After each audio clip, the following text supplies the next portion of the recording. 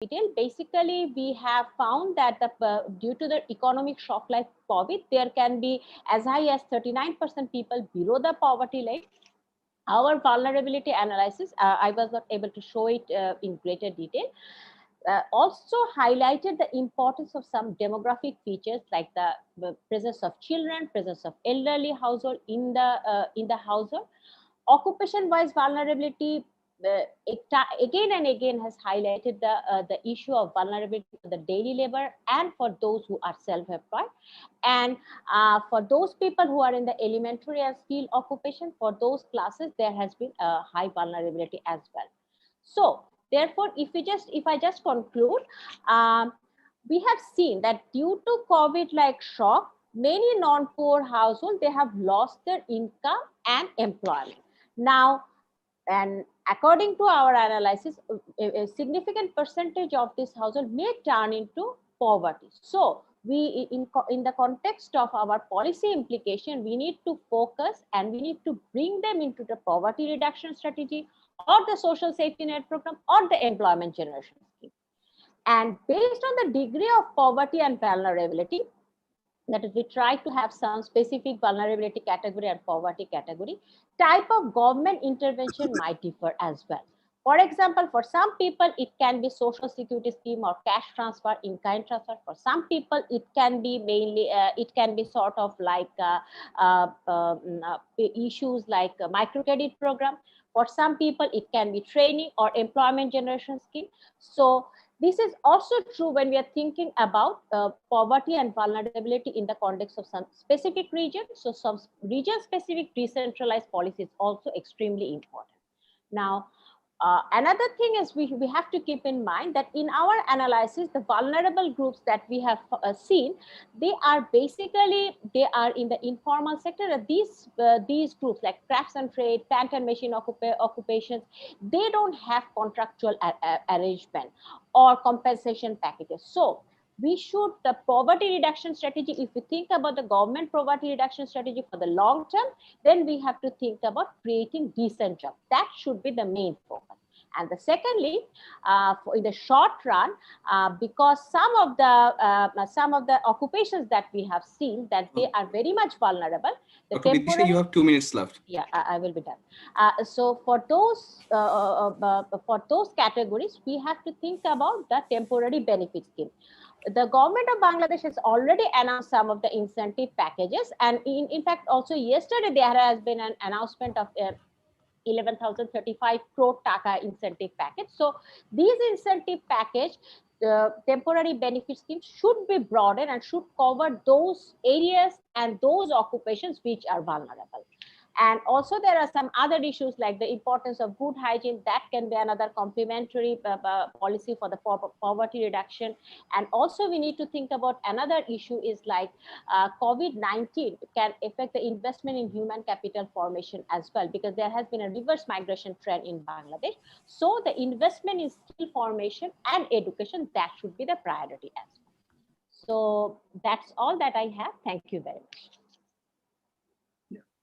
Can you please stop sharing your slide? Yes. So, Dr. Ellen, do we have now the fourth speaker? Yes, we have Dr. Guy Stewart is here, so he can make the presentation. So we'll have the last presentation now by Dr. Guy Stewart and Dr. Bazlul Haq, which is on garment wage worker digitization, implication for the future of the Bangladesh economy. Over to you. Good afternoon, good evening, everyone. Hopefully you can hear me and see my slides. My sincere apologies. It's a couple of technical issues that I hit this morning made me late, and I really apologize for that. But let me try and make up for it by giving you a presentation that you may find engaging and informative. So this presentation is really on two levels. One is about transparency mechanisms and the role transparency mechanisms can play in ensuring that we manage crises well. I think another speaker just stated, the speaker from Indonesia was saying that they were essentially flying blind in the crisis right now because of a lack of data. What we have here in Bangladesh with our work with the Garment Worker Diaries, but also as a result of some wage digitization processes, is we actually have a fair amount of real-time data of what's going on, at least in the ready-made garment sector of Bangladesh, which is an extremely important sector. It accounts for over 80% of Bangladesh's exports. It employs around 4 million people. About 70% of those people in that sector employed are women. So it's an extremely important sector to the economy. And we have visibility into that sector because of some transparency mechanisms. One is the wage digitization itself. And that has created some data that the government and others have been able to track to make sure that the RMG support package that was put in place in April actually ended up going to workers. And the second is a very large-scale high-frequency panel data set that SANEM and Microfinance Opportunities have been collecting over the last two years and put in place during the COVID crisis we transferred from a in-person interview system to a phone-based system. And the reason we were able to continue these phone-based interviews with the workers and get good quality data is because we'd built up a trusted channel of communication with workers, and they were willing to continue to respond to our questions. And we interview them every week. We've also, that channel of communication that we have with the workers has also allowed us to put questions to workers that are being formulated by stakeholders such as the ILO, World Bank, Better Than Cash Alliance, and others. And one thing I'll do right now is welcome anyone who has questions that they want to put to the garment workers over the next few months. Please be in contact with me or with Salim or Bazlul about us accommodating those. So the story is about transparency mechanisms, but it's also a story about wage digitization. And what we observed between April and May in response to the government's promotion of wage digitization is a dramatic increase in the number of workers in the garment sector being paid digitally. It went from about a quarter of workers to over 3/4 of workers. And given the size of the sector, that represents essentially 2 million workers being receiving wages digitally for the first time. And that share of workers being paid digitally remained high through May, June, July, but has started to fall off in August, and we're also seeing it fall off in September, and I'll get to that a little bit later. Our data that's data from the Garment Worker Diaries. Our data is also confirmed by Bank of Bangladesh data from April to July, where we see a large increase in overall mobile money transactions in the system overall, and we see a dramatic increase in the share of transaction volume that is attributed to salary disbursements. That's the line on the right, the gray line on the right. So we went from about 3.5% of activity in mobile money being for salary disbursements in April to over 7% in July. So our data and the national data from the Bank of Bangladesh are in sync. But now let's just sort of turn ourselves around. And so let's look at what happened with the wage digitization process in Bangladesh. And specifically, let's look at it in terms of gender, because there are important gender differences in terms of access to phones, access to SIM cards, and some household dynamics that can change when you digitize wages. That's when, and the way it happens is that a worker will receive their wage into a mobile money account, and they'll often get a text message saying they will get a text message saying your payment has been made and it's in this amount. And one of the consequences of that is a potential loss of control of the salary by women garment workers who suddenly it's very transparent that what they got paid because it's on their phone. And if their husband or their father or brother is able to look at that phone and see the amount, then they know exactly how much the woman got paid. Whereas when she got paid in cash, she could essentially disguise how much she was getting paid. And there was evidence in our survey that a share of women reported disliking wage digitization because of a loss of control. 7% of the women who had experienced digitization. Women also felt less comfortable generally with using mobile money and digital payment systems. Only 62% of women reported being comfortable, as opposed to 82% of men. And women also expressed that they were not as able to use one of the key things in mobile money is the ability to transfer money to others. And they expressed that they were not able to use mobile money transfers. 32% of women said they knew how to use it, 82% of men did. Nevertheless, when we looked at the impact of digital wage payments, we noticed that women who received their pay digitally were far more likely to make any transfers that they made to people outside of their household. They were more likely to make those digitally. And generally, both men and women were able to get access to their salaries during this time of crisis quite easily.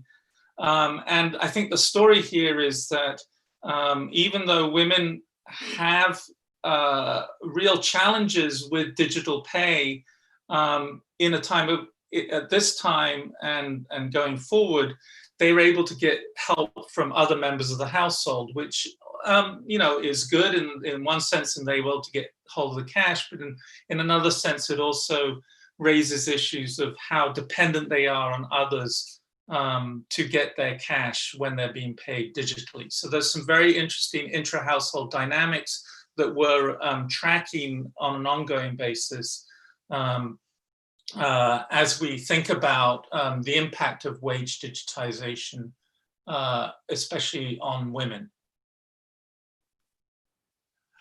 So what are the future directions? So workers are now getting paid digitally. We've got at least 1.5 million now still being paid digitally that weren't being paid digitally before. And so what do you do with this? What are the potential benefits of this? And this is a story where it's about digital payments as a potential benefit, but also digital payments as a transparency mechanism, and some of the challenges that creates. One of the things is that most workers, when they get paid digitally, cash out and then spend the money in cash. And a smoother, more efficient payments process would allow them to make payments digitally. One of the biggest payments they make is to landlords, around 3,000 taka a month for rent, but landlords don't accept rent payments digitally. And we have to question why they won't accept them. And are there tax implications if they start accepting wages digitally? Because it's more transparent as to what the payments are and how much they're earning. The same with merchants. Merchants are not accepting payments digitally as much. And there's a wide ecosystem in which, economic ecosystem in which workers operate where cash is still king.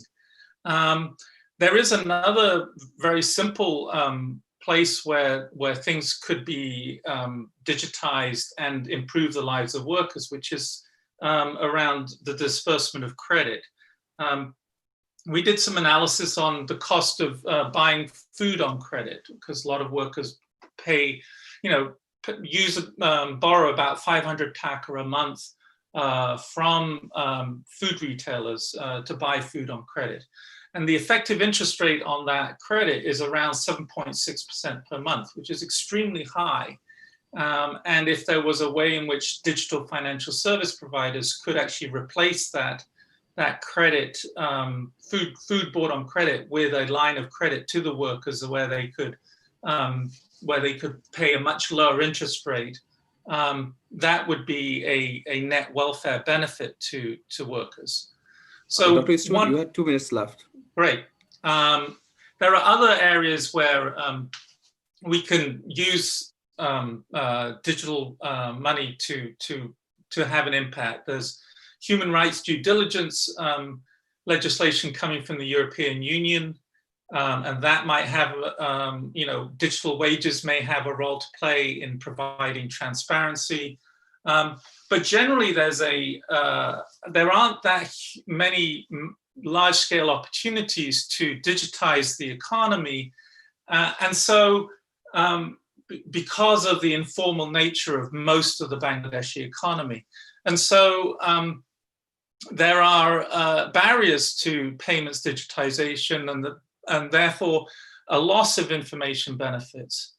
And it brings us back to the Garment Worker Diaries. And the Garment Worker Diaries is a methodology for collecting real-time high-frequency panel data that can provide the insights and the data that is needed to guide policy and create the information benefits that are missing from the Bangladeshi economy. Again, I think some comments were made about a lack of transparency within the Bangladeshi economy. And payments digitization can provide that transparency, but also this high frequency panel data that we're collecting can provide that transparency.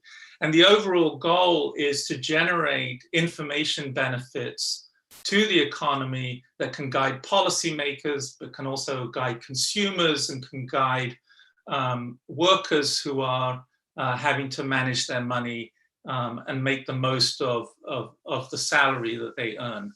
And right now,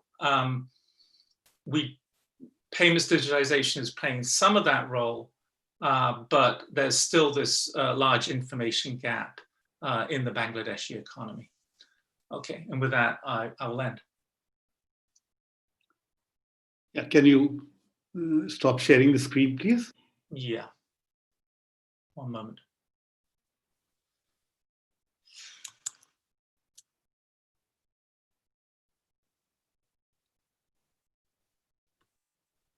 Thanks a lot.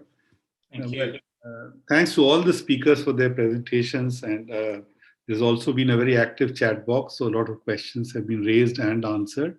Can I now ask Dr. Sher Verick of the ILO to come in and discuss the papers in the next 15 minutes? Thank you very much, Sher. Right. Well, thank you very much, Professor Srivastava. It's a real pleasure to be here with you on this panel with the speakers, and of course, thank you, Professor Salim Rehan, for the invite. And it's been extremely interesting, and it really links to a lot of the work we're doing here at the ILO as well.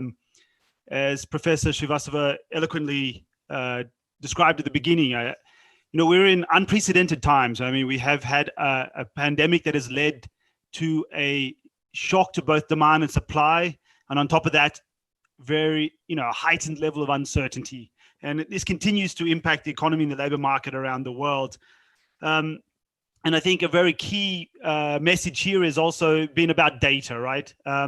Data in terms of the lack of it and how we have to come up with different ways to identify the impact. And this has been something indeed that we've also been struggling with here at the ILO globally, regionally, and at the country level.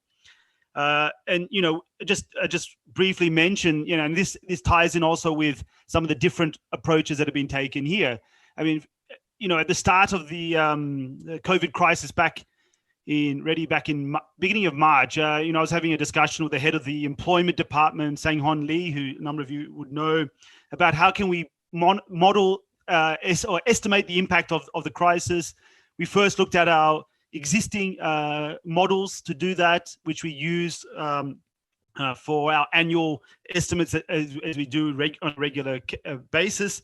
And we did use it, but then we quickly realized this was completely, well, I wouldn't say inappropriate, but it was really not the model to be using. And we switched to a different modeling approach based on nowcasting, trying to predict the present, because we just, didn't have enough data to even predict beyond, a few months. So we've been focusing very much on just predicting even the present. So forecasting what we see based on the availability of economic data and where possible labor market data, and even using different sources like Google. The mobility trends turn out to be a very big predictor of the drops in economic activity and the disruptions to the labor market, just as one example. So, these have been taken into account. And we've been releasing, for example, in the nowcasting and some of the other approaches we've taken, we've been releasing a range of updates called the ILO Monitor.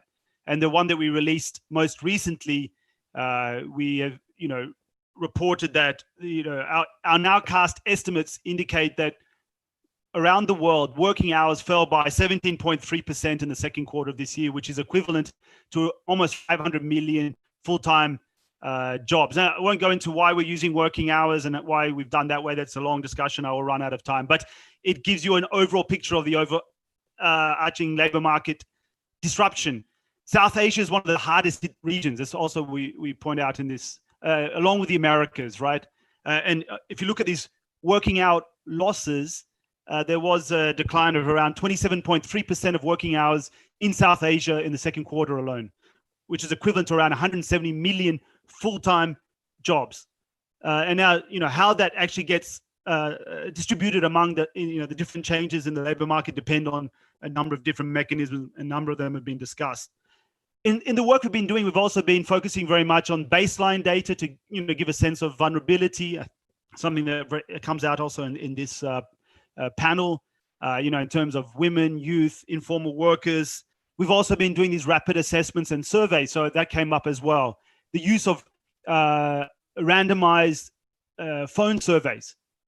We've been doing this in a number of countries. This is a South African case. We've done it in Ethiopia. We're going to the second wave of that. Egypt, we're starting. Tunisia, Morocco. We've done it in Jordan, Lebanon, and other countries. And World Bank is doing this a lot as well. And and this is really shaking up as well how we are collecting labor force data. So this is a very important message, and of course comes out in these 4 very diverse papers, which have looked at the situation in the countries with a very different lens, also depending on the data. I don't want to run out of time, so let me just go straight to the papers. And first, an overarching sort of comment. I think they are very interesting, but what I think is absolutely critical for looking at any country is really how this shock is affecting the economy and the labor market. It's absolutely critical to outline how the crisis has transmitted through the economy into the labor market. Even one piece of information is fundamental. What is the lockdown situation in this country? And I can show you, if I can, I'll share, around the world, most countries continue with some type of lockdown, right? And this is where the impact on the economy, the labor market is coming, right? So if you see my screen, you can see, I don't have time to go through all that data, but on the figure 1 that's coming out of our 6th monitor, this is showing the percentage of workers around the world still covered by lockdown. And it's broken up by different categories. This is from the Oxford Stringency Index. And you can see that, very quickly, the bottom one is the darkest one was the strictest lockdowns, basically been phased out. The complete lockdowns have been phased out around the world. It's the next category continues to be, this is a required closures for all but essential workplaces remain significant.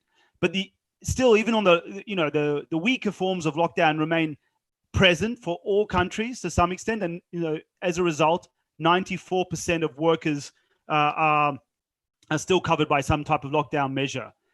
So, this is to me an absolute critical starting point to discuss what is the shock in your country. What is the nature of the lockdown? And then what has been the subsequent economic decline? Which sectors are being impacted? You know, we see in some countries, tourism, the service sector is really the key focus, of course, of the impact because of its reliance on, you know, on physical proximity, and that has been blocked by the lockdown measures. And of course, you know, the multiplier effects and going through trade and the demand shock, which then reduces consumption and of course investment as well. So I think this is really critical. Let me say a few words about the papers, and do remind me if I'm going too long because I haven't really kept track of time. But just let me start firstly as they spoke. I mean, with South Africa, you know, South Africa is a really nice paper, and it uses the survey data that's coming out of the early part of the crisis, and it tells you it's been a devastating impact. But I think it's absolutely critical to recognize South Africa was in a mess going into the crisis, and you know, so you know, and there are a number of features of that situation that should be highlighted. If you may have seen, Ronak, the Statistics South Africa released its quarterly labor force survey data 2 days ago for the second quarter, and I just looked at it yesterday and saw that, you know, the number of employed persons declined by 2.2 million from the first quarter to the second quarter. And of course, the issue is not that they've gone into unemployment. In fact, the unemployment rate declined from 30.1%, remembering that South Africa has one of the highest unemployment rates in the world, to 23.3%. And of course, we would say, well, no problem. But as you know, and as many of you know, people are being categorized as inactivity. And I mean, I know you're recognizing very much the limitation on the data that you have, but this is what we're seeing across countries. Most of the adjustment is happening. There's a decline in employment, and we see the rise in inactivity because workers are either not searching, and that's a requirement for unemployment, but it's not so much the case in South Africa, or they're unavailable, or they're not unavailable for work. And that unavailability is really, really important. So just quickly on South African paper, also the social protection, the TERS is a wage subsidy. So it's not the social protection system of South Africa, which is very extensive. So I think I would be a bit more careful, and it's good that you highlight TERS. It's been something that is not working. We also know it from our work, and that's worth pointing out. And let me go quickly then to Indonesia, and thank you to Dr. Prita Drajati. And I think it's interesting to go back to previous crises. I remember comparing the global financial crisis in Indonesia to the East Asian financial crisis, and now we have this one. And you know, the global financial crisis you didn't mention, but okay, it didn't impact Indonesia so much as compared to the East Asian financial crisis. And I think it's good that you talk about scarring, and this is something where there's a lot of evidence, growing evidence, particularly for young people who are entering the labor market during the crisis. I mean, this is not your focus. But one thing I would stress is that in the East Asian financial crisis, unemployment in Indonesia barely changed in 97, 98. It grew slightly. I think you have to also, you know, be very clear what were the trends in unemployment. And the main form of adjustment in the 1970, 98 was the wage, right? I mean, it wasn't the, you know, so it wasn't that you actually experienced a period of unemployment, is that most people suffered a massive loss in real wages due to the spike in inflation. So, you know, and you know, of course, you're seeing some wage penalty there. So, you know, it's not the, I don't know. I mean, I'm just wondering, you know, because unemployment actually hadn't moved much. So I think it'd be important to understand what were the actual adjustment mechanisms in the labor market. In 97, 98, it wasn't through, you know, the unemployment route. So I think it'd be important to look into that. Yeah, so, but, you know, and I think it's great to compare to previous crises, but I think then on Indonesia, you would need to unpack more, as I mentioned, about the nature of the shock in the country. What is the COVID going to imply now? Because as you pointed out, unemployment is increasing faster now. This is not what we saw in 97, 98. So this time is different because of the service sector effects due to the lockdown. Why is it different to East Asia financial crisis? Some discussion on the differences, I think, is absolutely critical because the shock is very different. I think this is one point I would like to stress. You know, finally, I mean, the two papers on Bangladesh, I think indeed for both, the context to what's happening in Bangladesh would be really important to hearing about why do we expect these changes to happen. Well, particularly I'm talking for Dr. Badisha on the poverty. And I think, you've done a neat job of, coming up with some figures on the vulnerability to poverty, in terms of not, those vulnerable non-poor.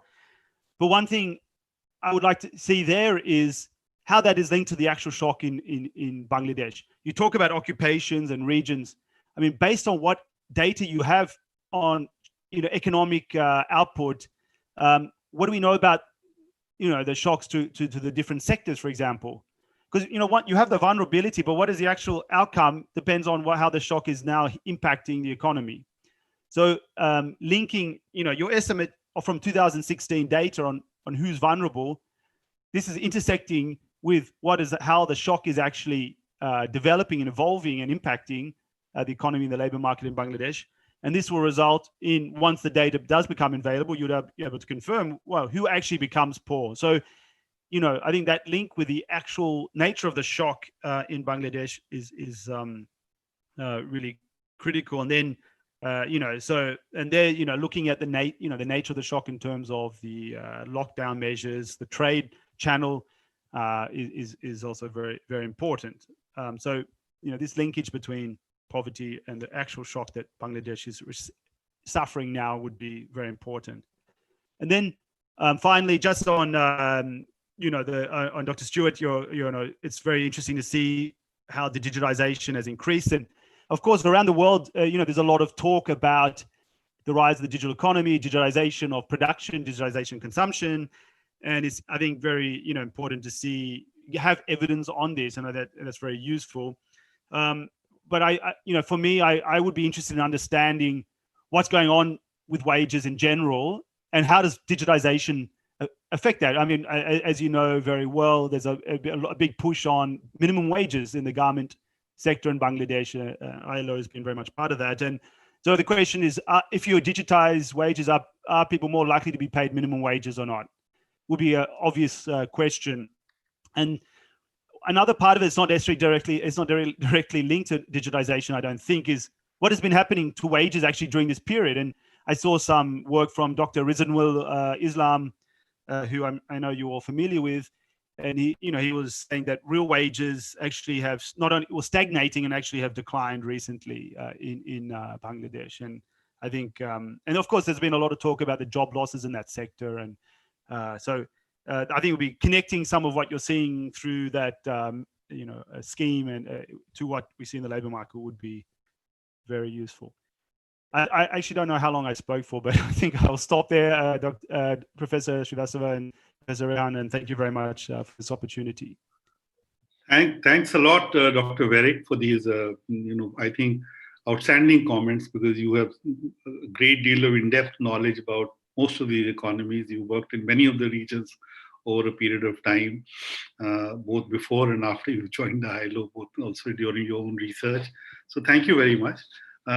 So let me now, turn to the speakers, ask a few questions myself. I know that the chat box has been very active, and some of you have already answered a whole range of questions which have been raised by other people in the chat box. I'll just pick up a few of those so that everybody can listen to your answers as well, and maybe raise a few questions myself. And then you can pick up the questions which have already been raised by the discussant, some of them, and answer them. But please be selective, because you'll have a very few minutes to answer. And then if there are any follow-up questions, any one of us can raise those. So I think one of the questions which has been raised by Dr. Salim Relhan, and I think this pertains to almost several of the speakers, the first three speakers, is basically we do observe, and I think at least in the first two papers, we clearly observe a gender-specific impact, a more adverse impact of the women. And the question he asks is why. I do notice that, Ronak says that it could be basically one is she's been looking more at the total effect, so she can't talk. But still, I would like you to speculate on whether women are finding, whether the impact has been worse on women and whether they're finding it more difficult to get back into employment, as there is some degree of employment recovery with easing of the lockdown. So this is one question which I would like the first three speakers in particular to comment on. The second question, again, which I think Doctor has been raised, is basically with respect to the first paper, Ronak's paper, which you answered. But again, I would like you to briefly comment so that everybody else can also can hear the answer if they have not read it, which is the data that was there was up to April. And can you really, do you have any subsequent data with the easing in terms of the impact on the South African economy? So these are two questions which have already been asked, and some of them have been asked by you in the chat box, but I'm just picking them up. Now, the third question, I have a small number of questions for all of you. First, to Ronak, this thing, which is that you talk about, this whole question of how you collect data is very complicated. Some of you, of course, have used data from earlier rounds to make predictions about the impact of COVID. So I'm not going into those two papers, and I will comment on the last paper in a different manner. But in Ronak's paper, was the data collected using the same instruments earlier and during COVID? Or in other words, they were all used, were telephonic interviews used in the collection of all the waves or only in the last wave? And the reason why I asked this is that, we recently attempted in a number of fairly small surveys in using telephonic surveys, and we found a very high non-response rate, almost 15 to 20% non-response rate. And the non-response rate has been very high with respect, particularly to poorer categories and workers. And that means that the responses that you get are then, there's a selection bias. Whether you take a balanced panel or not, there is a selection bias in the results as you compare across waves. So maybe you can just speculate a little bit and tell us a little bit more about some of these issues, in how you've addressed these issues across the waves. So one issue which, this whole question of using past data and using data on vulnerability and so on. And we have two papers here, the Indonesian paper, on which our discussant has commented fairly extensively, and then the Bangladesh paper. And I think Sher did point this out in his own way. So I'll just emphasize that. Is it that the impact, if you calculate a vulnerability index in the manner that has been calculated in the paper, for example, in Bangladesh, and also in the different manner in which the exercise is being conducted for Indonesia, is the nature of the shock irrelevant to looking at the impact? In the Bangladesh case, for example, I'll give you a particular example of there has been a lot of discussion, and in fact, this has been modeled in a number of papers across the world in contact and non-contact jobs, and that being a source of additional major source of vulnerability in this crisis.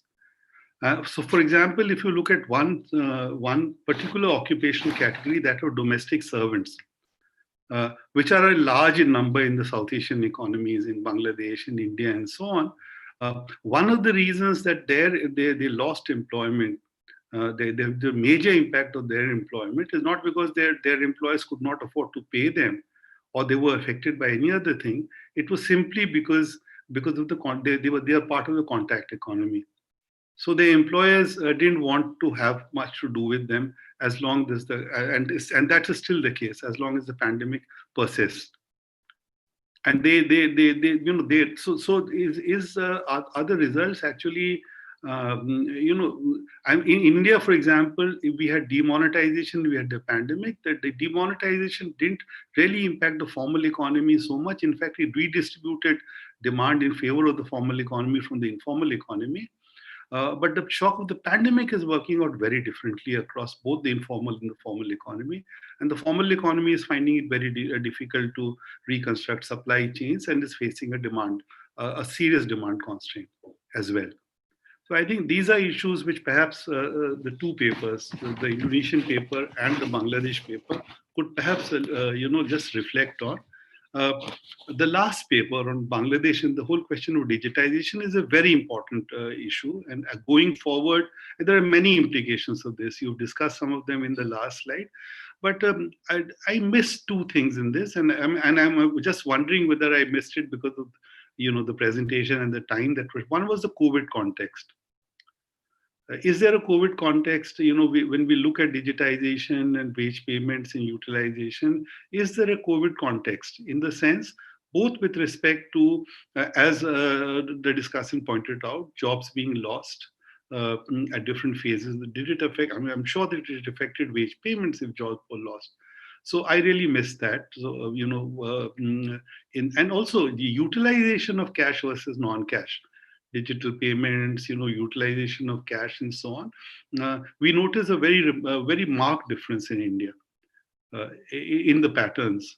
So perhaps that is something which I missed in the paper. The second thing is you referred several times to the generalizability of the whole question of digitization from the garment sector to the rest of the Bangladesh economy. And I again wondered whether such a generalizability was possible, given that the labor market in the garment sector has worked differently, has been under a very different kind of, let's say, supervision or monitoring, global this thing as well, monitoring as well, over the last many years compared to the bulk of the very informal Bangladesh economy. So is that generalizability? Can one really, talk about it without qualifying it in some way? So these are some of the questions. I'm just adding to the questions in the chat box, many of which have been answered, and to the discussant's question. And now I'll request for each of you to answer them briefly in order. So I'll begin with Ronak first. Thank you, Professor Srivastava. How many minutes do I have? Roughly, just so that I know. 4 minutes. Great. So why don't I pick up with Sorry? No, I'm saying just be selective. Because okay, great. So why don't I pick up on the questions you raised, because that also covers, I noticed, some of the questions in the chat box that I've been answering. So first, on the updated results, I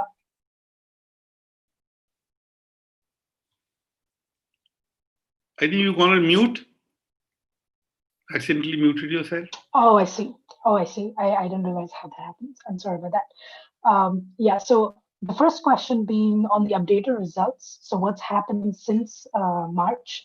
We do use the second wave of the data set, and I've posted a link in the Zoom chat where we analyze results between April, following on from April to June. I wasn't able to present these because we had these results were under embargo and were just released yesterday. But the link is now up to the updated paper. Just speaking briefly about the employment recovery that we see about, so of that 21 percentage point decline, we see about 11 percentage points recovery in jobs. But the characteristic feature of this is that this recovery is mostly coming from those who were either put on paid leave or on temporary layoffs. So those who were who went into kind of non-employment, being actively employed in Feb, these workers we haven't seen going back. So that's a quick note about the updated results. In terms of the women, like gender disparities, as I did mention in the chat box as well, we haven't done a thorough enough analysis looking at within subgroups to be able to speak what proportion of this is discrimination versus what proportion of this is just due to the fact that women, say, for example, in this case, were more likely to be in manual occupations, which did see a hit, or did see a big hit. But in terms of the recovery, let me just quickly show you. In terms of the recovery, I wanted to point out that women, we did see them recovering by 57% over this period, so between April to June. compared to 57% compared to 42% for men, and this was significant. So we are seeing somewhat, fortunately, that women are recovering their jobs much more as we're going into June. So that's what I wanted to flag out there. In terms of the third question that we had, in terms of the data collection methodology, so you're right, you're completely right there. All the previous NIDS waves were through in-person surveys, detailed enumerators going into the households and collecting data from every household member. But this was a short phone-based surveys lasting about 20 to 30 minutes. And all of the NIDS-CRAM rapid mobile surveys will be on phone. So we have seen, so with all the caveat, in terms of response rates, we have seen 40% response rate only compared to the originally selected eligible sample from the NIDS wave 5. But a somewhat comforting fact is only 8% of these were refusals. The bulk of it is coming from those numbers that were no longer active and could not be reached over phone. So sorry, Ronak, I'll just, and this is a very interesting issue because the whole question of people who could not be reached, generally it turns out are really the most vulnerable groups. Indeed. So we do suspect that that phenomena to drive our results. I mean, with all the data issues that we're facing, I think that's going to be one of the challenging across the board to collect while we're attempting to collect any kind of data on impacts. Okay. Go ahead. You can. If there are any questions you want to pick up from the discussants. Right, that's great. That's excellent. So if I could just pick up on a couple of points that Dr. Sher raised. So one was about a quick note about social protection measures. Yes, the TERS was just a social insurance measure that was introduced between that period that we were discussing, which is before April. But since then, South Africa has introduced social relief distress grant to especially target those groups who do not receive any other grants of lost child jobs. And we do see in the updated results that that reach is about, it's much more expansive. So the number no longer covered by any kind of protection is about 17% now as of June. So that has fallen down. And I just wanted to mention that aspect. I think there was a technical question about the ignorability assumption, which I'll leave to the chat box. And in terms of any other, I think that roughly answers all the questions I've had, unless there's anything that you could pick up. Thank you. If there is, we can come down. If there's time, we can come back in a second round. Thank you very much. Okay, Sure. so can I ask Dea now to come in with answers to the questions that have been raised by the discussants, by myself, or any other question in the chat box? Thank you, Professor. So perhaps first I would respond to the comments from the discussants. So one is perhaps on the actual adjustment mechanism, the difference between when we're using past financial crisis, which is the Asian financial crisis, and then the COVID-19. So because I think that's correct. Because during the East financial crisis, the informal sector actually becomes sort of like the safety net that like people like from the formal sector, they're then like choose to work in the informal sector. But now like both the formal informal sector, perhaps informal sector, got hit the most because of the lockdown. So because people in the formal sector, they still have the sort of like privilege to work like working from home, but then it's very difficult for the informal sector to have even like the choice, the option to work from home. And then, so I guess that's also like an important part that probably I will discuss further in the paper. And regarding also your comment on the effect on women, sort of women they experience more severe impact from previous unemployment.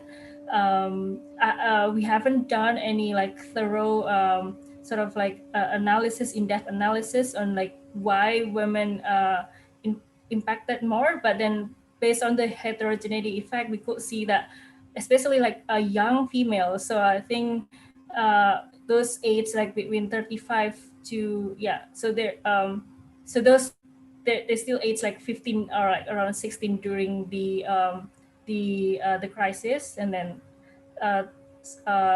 21 years later they're age 35, they're like affected the most. But then I think I could extend more also like to have an in-depth analysis on why and how the mechanism women got affected the most. And so there are like several questions on the chat box. They're asking about the difference between the effect between rural and urban in terms of location. So based on the heterogeneity, there is no that much different, but there's like slightly greater effect for young worker, young rural workers. So but just like slightly different.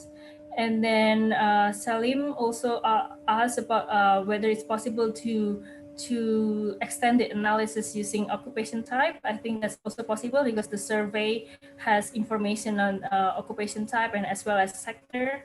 So yeah, I think that's pretty much like, let me know if I missed. One important question which the discussant had raised, or rather one important issue, which is that the nature of the crisis in 97-98 versus the 2008 crisis.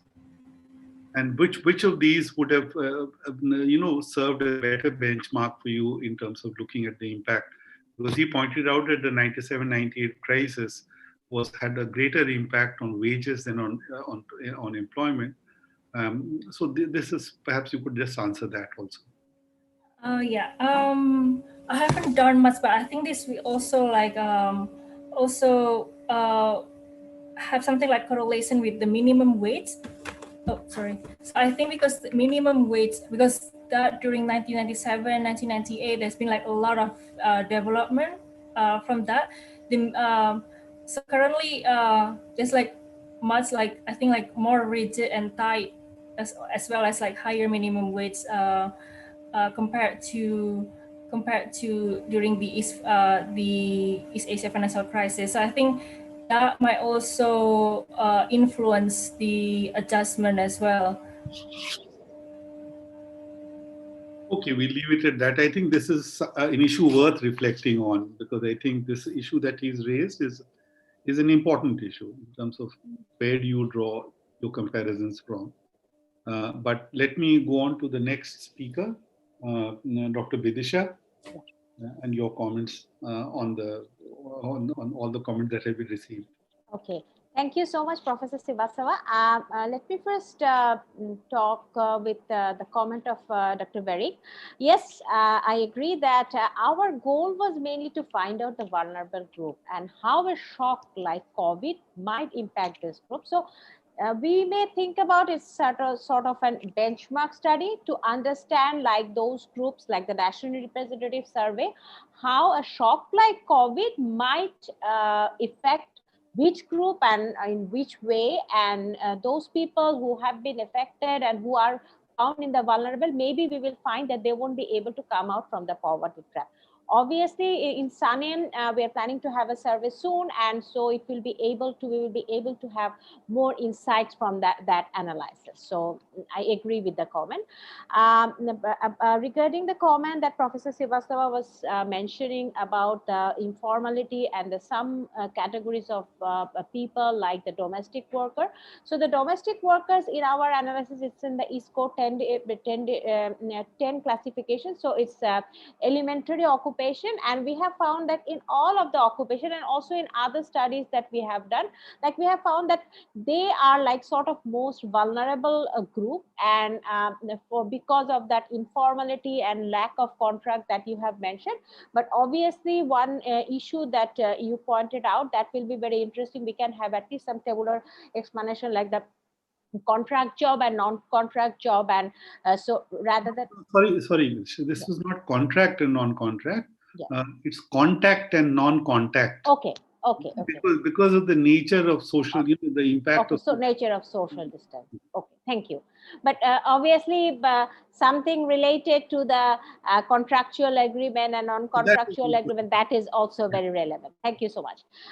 Another, a few small comments. One comment was like whether Bangladesh will be able to, what might be the impact, like how Bangladesh can perceive in terms of the reaching the middle income status. Now, everything depends, or it's very much dependent on the fact that how we will be able to stimulate the local demand and the global demand, and that actually depends on the fact that whether we were able to in fact contain the infection and how fast we can contain the infection. Otherwise we will not be able to stimulate the local demand.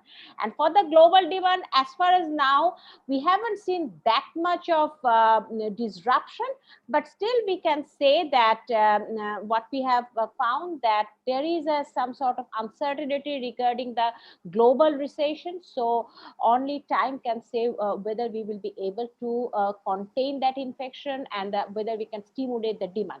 But at the same time, the important issue is also that rather than concentrating our analysis on middle income countries, it's more important to think about the SDGs. That I think more relevant when we are talking about COVID-19 like situation, because in our analysis we have found that the poverty rate has sort of almost doubled. So that's why these issues must be taken into account, and the focus should be on SDG rather than the graduating to the middle income status. Another small question was related to the dynamic poverty analysis. Like for dynamic poverty analysis, we need panel data. So we don't have the panel data, so it will not be possible with given our constraint to do that. For the incentive packages, one issue was like what we think about the incentive packages, like what the government can do. I think the most important thing is the targeting, and the informal sector people, they are sort of they are not registered, so we don't have the database for them. That is very important to bring them into the database. And the incentive packages that we have, especially for the SMEs, one issue is like, because the due diligence issues, most of the SME owners who are especially those are the micro owners, they are not able to access the packages. So these are some constraints. There should be some alternative measures, especially for the cottages and for micro industry. So this is something that the government should make in order to make the realization of the incentive packages. So I think these were the key questions that were directed towards me, so I can come later. Thanks. Just one last question. I mean, pardon me for my ignorance, because I haven't worked with Bangladesh data for some time. But does the BIDS longitudinal panel data is it still being updated or no? Is BIDS still updating that? They had, that was the only longitudinal panel data which existed for Bangladesh. PKSF, no, that is that as far as I know, they have not updated their data. So, but they have started a new survey now, which is a telephonic survey. So we are expecting, and that's quite huge one. So we are expecting that we can have some, but that longitudinal data, we don't have that here anymore. Okay, thank you so much. Dr. Stewart, please. Thank you. And I'm going to just share my screen again because I have data to respond to the question that was asked about the COVID context and the impact on the labor market. I mean, I chose to talk about wage digitization because it was one big takeaway from what's happened under COVID. But in terms of the labor market issues, you can see, if you can see this chart, this dark orange is the number of work hours nationally in the RNG sector. And you'll see that it was a complete collapse in April during the lockdown. Unfortunately, we don't have March and February data, but we know that we did do some post hoc interviews with workers, and we know that they were working right up to the lockdown on March 26th.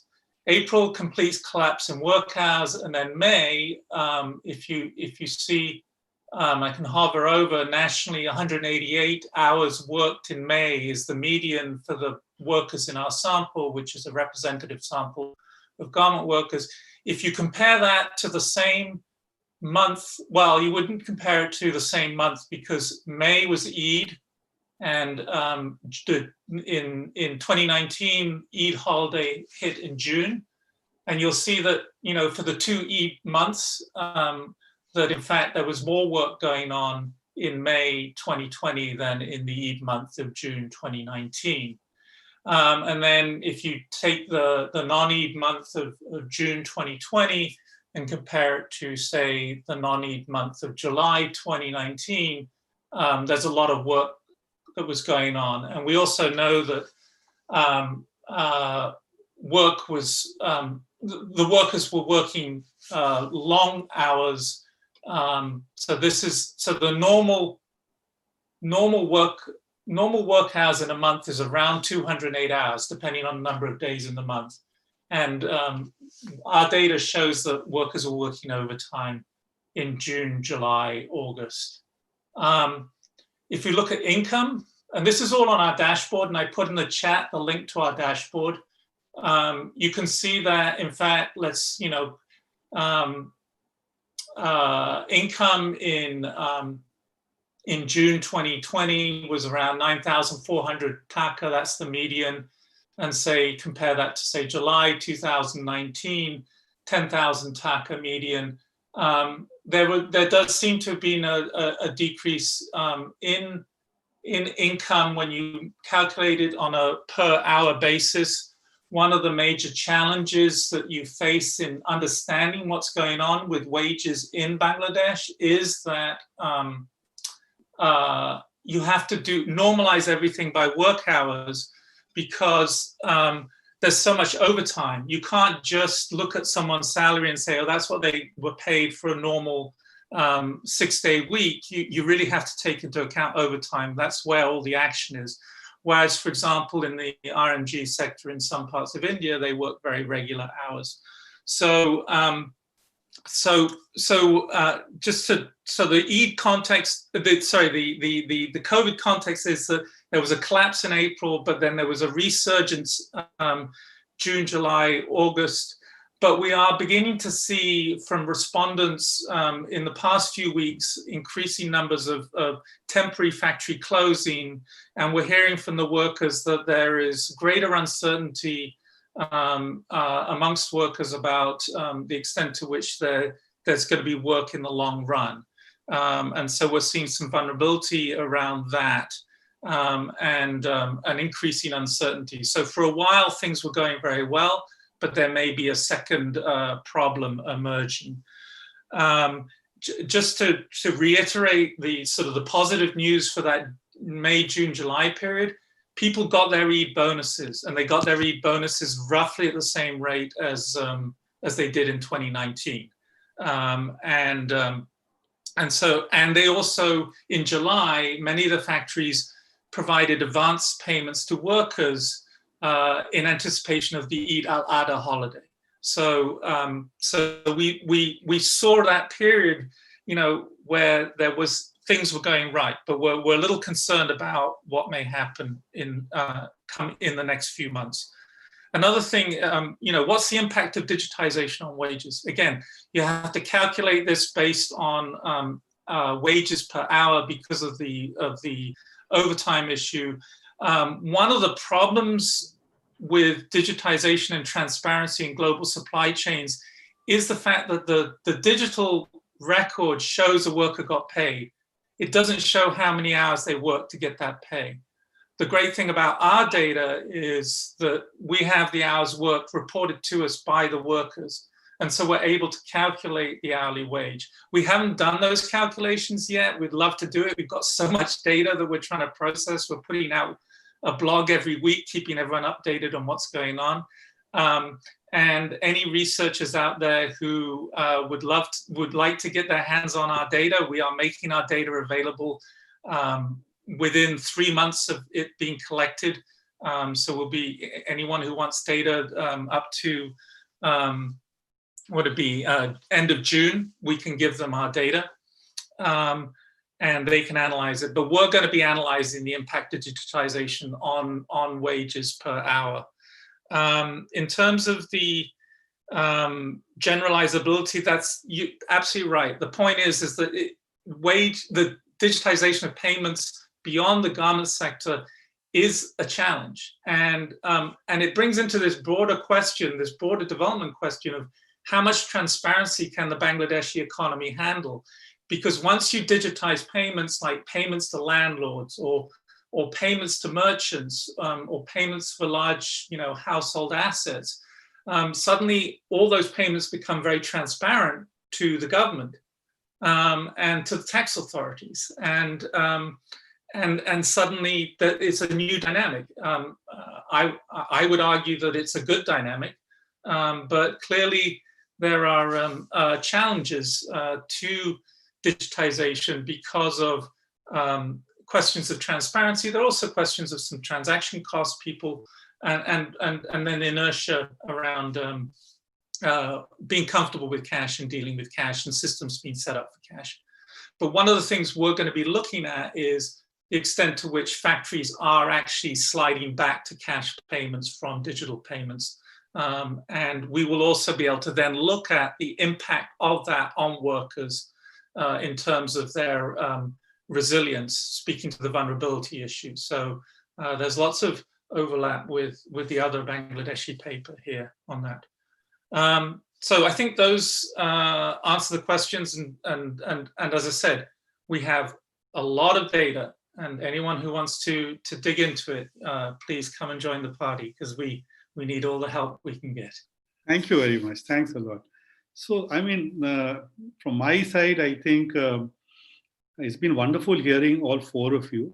Actually, in general, I would venture that it's quite significant how the research community has responded to this crisis by using extremely innovative ways of collecting data, of analyzing data to predict the impact of the pandemic on the economy, using household data sets. And so, basically there's been a lot of innovation.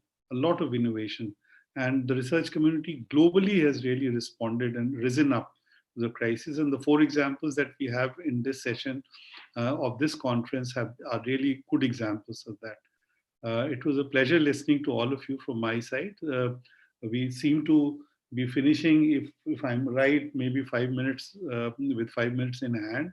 Dr. Salim, would you like to come in at this stage, maybe say something, or we can close the session earlier than planned?